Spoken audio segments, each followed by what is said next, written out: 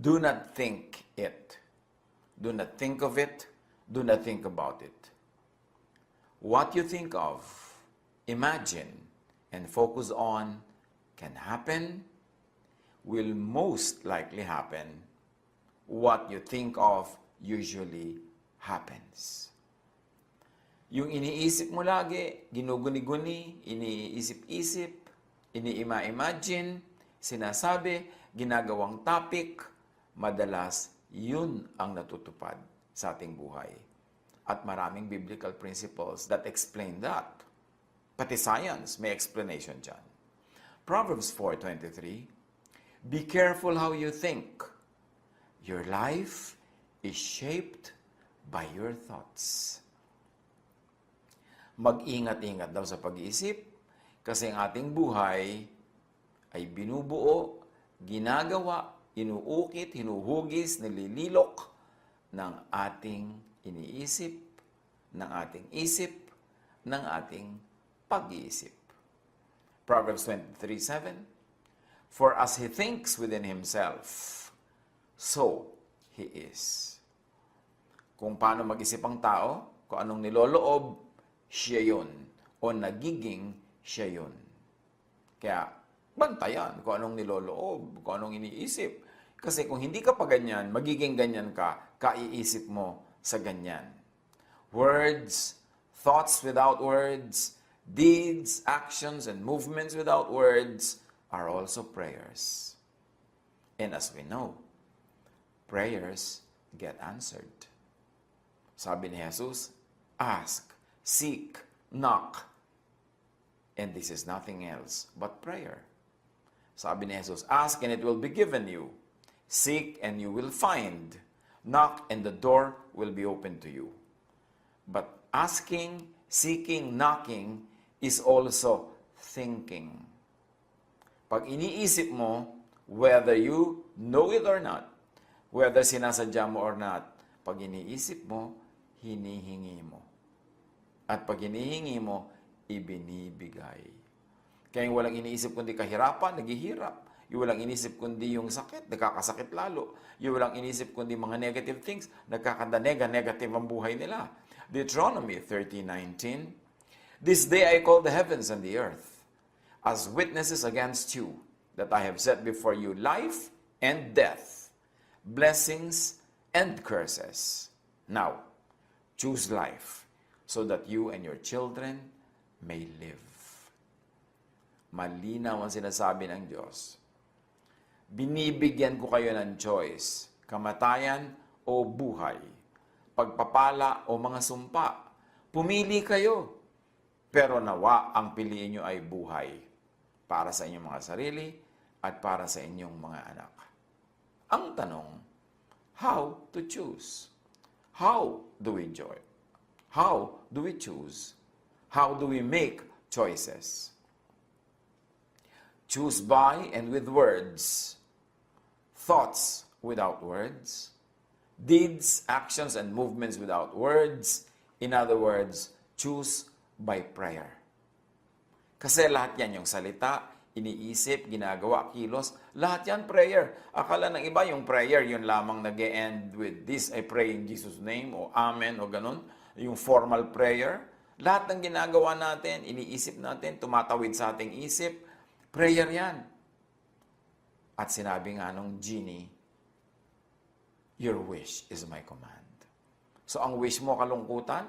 O sige, kapalungkutin kita. Pero sasabihin naman na iba, bakit ko naman i-wish ang kalungkutan? Siyempre hindi. Pero laging kalungkutan ang iniisip mo. Laging kalungkutan ang ini-imagine mo. Laging nagmumukmuk ka sa kalungkutan. Ang pinapakinggan mo malungkot, ang pinapanood mo malungkot. Prayer mo yun. Lulungkot ka. Because the heavens answer prayer. Maging watchful lang tayo na marami tayong prayer na ginagawa. Akala natin hindi tayo prayerful. May nagsasabi, alam nyo, hindi ako prayerful. Talaga? Pero lagi kang chismis. Lagi mo pinag-uusapan ng nawa ay lumungkot ang kapwa mo, nawa ay mabisto yung mga may mga mali, nawa ay magumulo ang buhay nila. Pero tatalbog sa kanila yun at didikit sa'yo. So ang iniisip mo, yun ang mangyayari sa buhay mo. So actually, nagpe-pray ka. Akala mo lang hindi.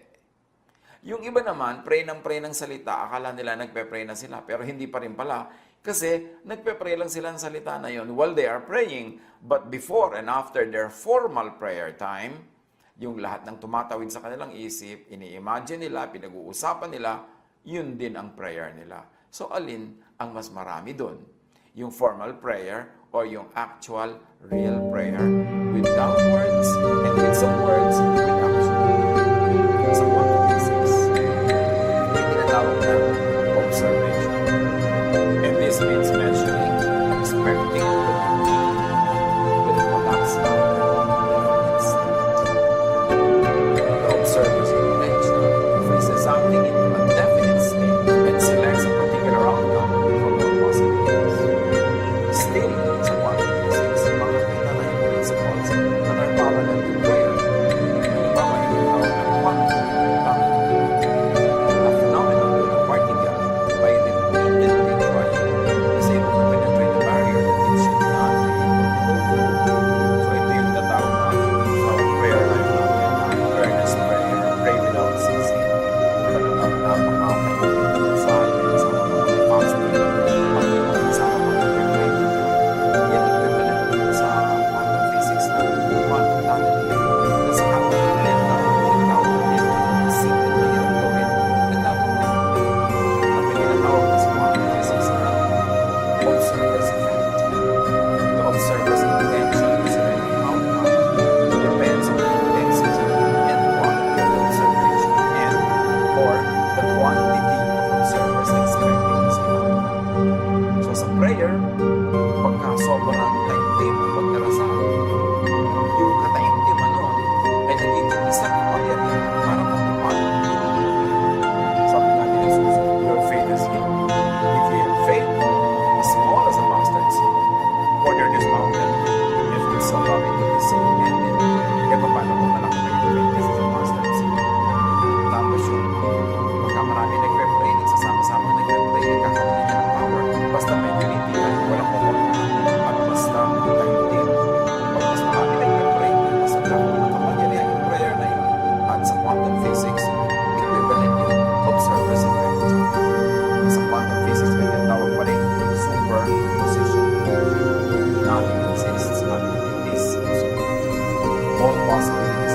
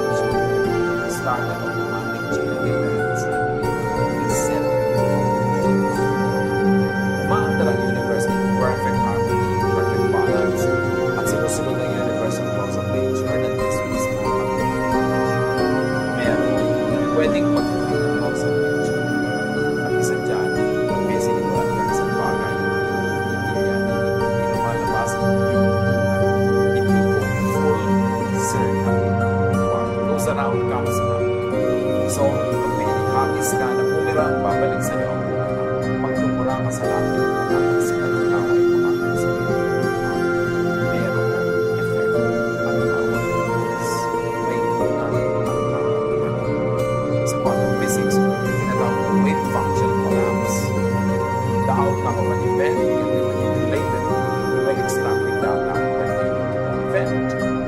What you predict, expect, measure will increase the probability of it for something to happen or to exist. Is dependent on the observer. What is being measured is kailan yung sinasabi mo, ay mamalasin tayo, ay malamang talaga malasin ka, ay masasiraan tayo sa sasakyan, malamang talaga mangyari yan, ay hindi tayo magtatagumpay, ay magbibigo tayo, ay mag-aaway-away tayo. Ganun na ang mangyayari. Kasi yan ang measure, ini-expect at pinag-ulit. Paano ang physics explains that? At meron pa ng tatawag, many worlds of calculation. Each possible outcome should exist. Reality will split out all possibilities, but we cannot interact. Each splitting will have its own timeline and chain of events. So maraming possibilities pero isa lang ang magaganap o lahat nagaganap pero isa lang ang pwede mong ma-engage. Isa lang ang pwede mong mailagay sa iyong kamay, mailagay sa iyong buhay at sa iyong mundo. How do you avoid what you do not want in life?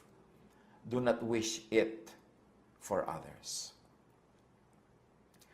Yung ayaw mong dumating sa buhay mo, huwag mong asamin, iplano na mangyari sa iyong kapwa. Kasi mangyayari yun sa iyo. May reverse din yan. What you like for yourself, wish for others. Kung anong gusto mo mangyari sa buhay mo, yun din ang hilingin mo mangyari sa kapwa. Kasi yung gusto mong mangyari sa iyong kapwa, mangyayari sa iyo. At yung gusto mong mangyari sa iyo, pwede rin yung mangyari sa kapwa mo. Pero yung ayaw mo mangyari sa iyo, huwag mong i-wish na mangyari sa iba. 2 Corinthians 20:14, at the present time, your plenty will supply what they need, so that in turn, their plenty will supply what you need. When this is applied to what we're talking about, simple lang ang sinasabi.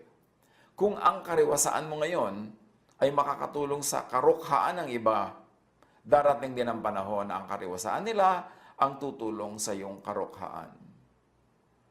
Kung paano ka tumutulong sa iba ngayon, ganun din sila tutulong sa iyo sa ibang araw. Kung ano ang gusto mong mangyari sa iba, kung ano ang ginagawa mo sa iba, siyang mangyayari sa iyo.